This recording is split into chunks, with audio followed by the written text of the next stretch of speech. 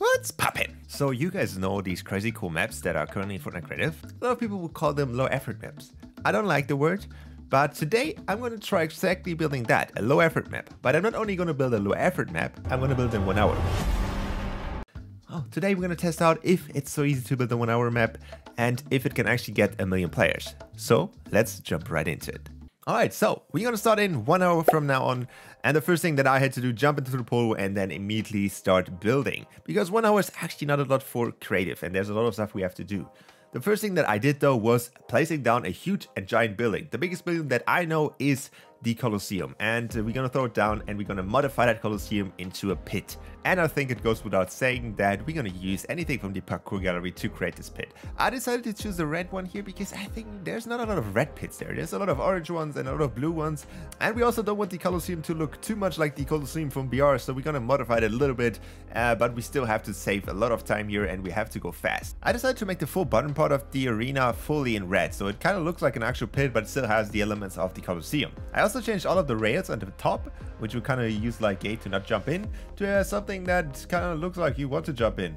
And yeah, I also used the parkour gallery for that. At this point we reached the 50-minute mark and I was pretty happy with the progress that I done, but we obviously had to do still a lot of stuff, especially when it comes to the mechanics. But first of all, we had to do two things which are very important, and that is that people do not escape the arena and that people do not shoot each other when they spawn. So first things first, we're going to place down a barrier device, make sure it covers the entirety of this Colosseum and make it into a nice star field, because that is the easiest way that you can create a background very easily. After that was done, I placed down a bunch of player spawns all around the upper ring of the arena, so this will be our safe zone where players can spawn in, where they can buy weapons and then jump into the pit and have fun there. And then if they die, they're going to respawn there again.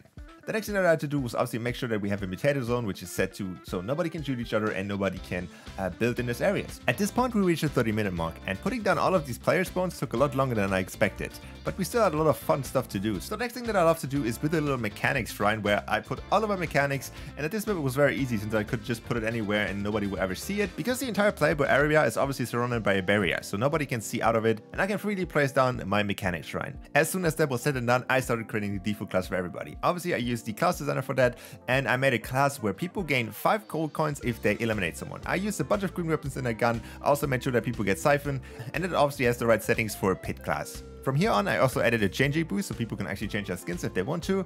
And the next big thing was obviously adding the vending machines where people can actually buy new guns with the gold that they just earned. And I had 5 different vending machines here. Obviously, I had the super cheap ones, which are just blue guns. Then I had a little bit more expensive ones, which are purple ones. And I also had gold guns.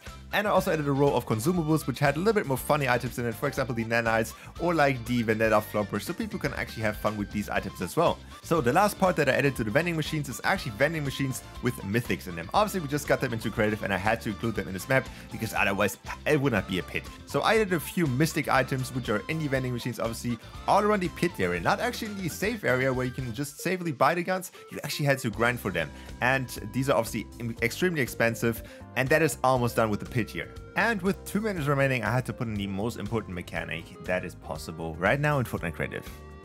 XP, yes. And obviously no, I didn't put any XP glitches in there, so no, you will not find any XP glitches. But I put XP if you kill someone. That is obviously very easy done with the elimination manager. So we quickly put that up here, and I also had to do the one thing. I put an XP button down. Obviously you can only press it once and it's not a glitch, so it is a normal mechanic, so don't judge me on that.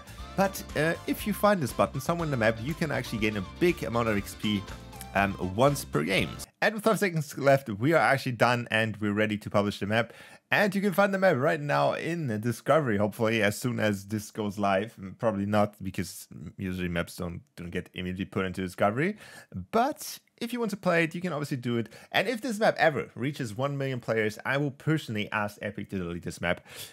Because that's the only goal of this video. I don't want to, use a different supported creator code. Please don't use this one for this map. If you want to use mine, then it's fine, but don't use it for this map. This is just a map that I want to experiment with and want to see if it actually can reach 1 million players, and if it actually only takes 1 hour to create a 1 million player map. So definitely let me know what you think about this map. Definitely know if you played it and if you saw it in Discovery. So with that being said, I will see you guys back in the next one. Bye.